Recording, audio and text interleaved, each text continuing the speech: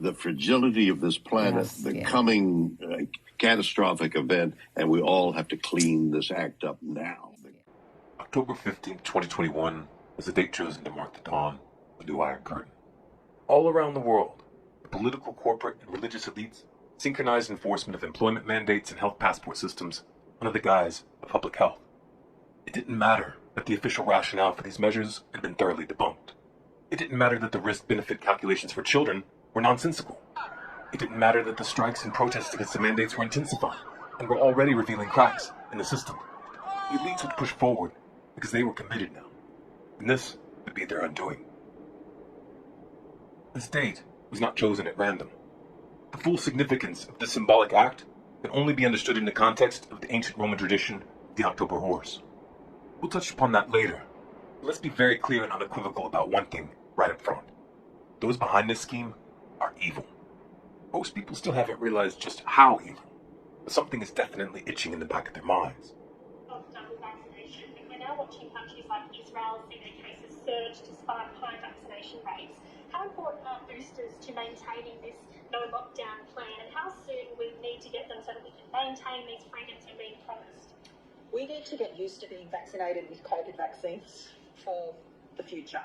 I can't see that COVID is not going to be with us forever. Maybe in the future we can have even better vaccines and coverage across the world to achieve that. I mean, as a public health doctor, we always want to have diseases get totally eliminated, but that's not on the horizon in the near future. So booster doses, repeat doses will be part of it. You know, there'll be different advice about different schedules, which doses you get. But at the moment, our priority has to be getting first and second doses into people, and there will be recommendations about booster doses in the future. And I can assure you that the Commonwealth Government has purchased large quantities of vaccine into 2022, and this will be a regular cycle of vaccination and revaccination as we learn more about when immunity wanes. We will be looking at what contact tracing looks like in the New World Order, in the New World Order, in the New World Order, in the New World Order. You knew the politicians were corrupt. You knew the revolving door between corporations and government had eroded the rule of law. But when humanity sees what these clowns try next, it's going to blow their minds. For some, this will spark a spiritual awakening. In times of great suffering, the veil grows thin. For others, it will mark the descent into a mass psychosis. In their fear of death, they will learn the hard way that some fates are far worse. We're going to describe how this ends in brutal terms. We're not going to pander to the delusional, and we're not going to sugarcoat it for mass consumption. This message is not for the compliant, the sheep who line up willingly in the final hour. These are not the ones who will decide the outcome. Their propensity for self-delusion seals their fate sooner than they could imagine. For those with the courage to look this nightmare in the face and fight back against all odds, this will come as a message of hope. Powers that be have miscalculated. Their timing is off, but more importantly, they underestimated the opposition. This will not end well for them at all. For those on the fence, this could be interpreted as a warning. With the complicit, it will probably feel like a threat. In truth, it is neither. Time for warnings has long since passed. The rest of this story will be settled by lions. You know who you are, even if no one around you has a clue. In this brief era that we refer to as the New Iron Curtain, those who refuse to hand over their bodily autonomy are to be banished from society, fired from their jobs, barred from all travel. It starts with medical apartheid, but it won't stop there.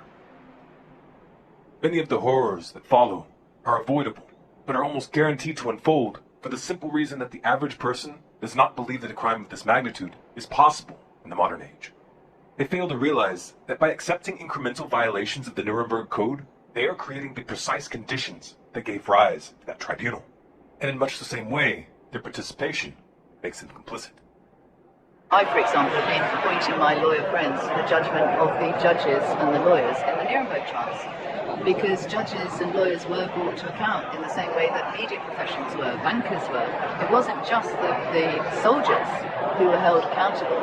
Anybody in society who had a position in which they could have exercised their power and their duty to stop what was happening, was held accountable. But, the judges put forward an argument that they didn't know what was going on. That was their defence. They said, well, the reason we didn't say anything or do anything is we didn't know what was going on. And the tribunal said, you had the transistor radio and the word on the street. Well, we now have the internet and the transistor radio and the word on the street. So for anybody to raise the defence that they didn't know what was happening is not going to wash according to the tridents with the judgment, international case law, of the International Military Tribunal, because they've already heard all of those excuses. So when then the judges said, oh, well, we did know what was going on, but we decided that we ought to stay in positions of power because otherwise worse people would come in. To which the tribunal said, but according to the public, you stayed in your position, you said nothing. So you were complicit. And that's what I would say at the moment, that anybody in any profession who knows what's going on is staying silent. Unfortunately, the military tribunals, the international case law goes against them. So they need to read those, look at what they're doing and admitting to do, and work out which side of the law they want to stand on. Because that legal position has already been analysed in the past by our ancestors, bless their hearts, and the law is already there. So anybody who's not standing up, who's not, actively stopping harm from happening to all of us, is not complying with the law. So are we headed for a second Nuremberg trial? Yeah, basically. So how do we get to Nuremberg 2.0? How do we get from point A, medical apartheid and coerced experimentation, to point B, justice with teeth? The short answer is war. The elites have declared it on their own people. They marked it symbolically by choosing October 15th, sacrifice the October horse. In Roman times, this was an offering to Mars, the god of war. In this context, translation is very simple. They are starting this war on purpose, and they intend to use it to their advantage. But in their arrogance, they have committed many grievous errors. Their invocations are corrupt and profane. They have transgressed common law, international law, and spiritual law. The forces they have awakened cannot be bent to their will. They will reap no benefit by invoking the red horse, nor will the black horse ride down the path they have planned. Scales do not find in their favor.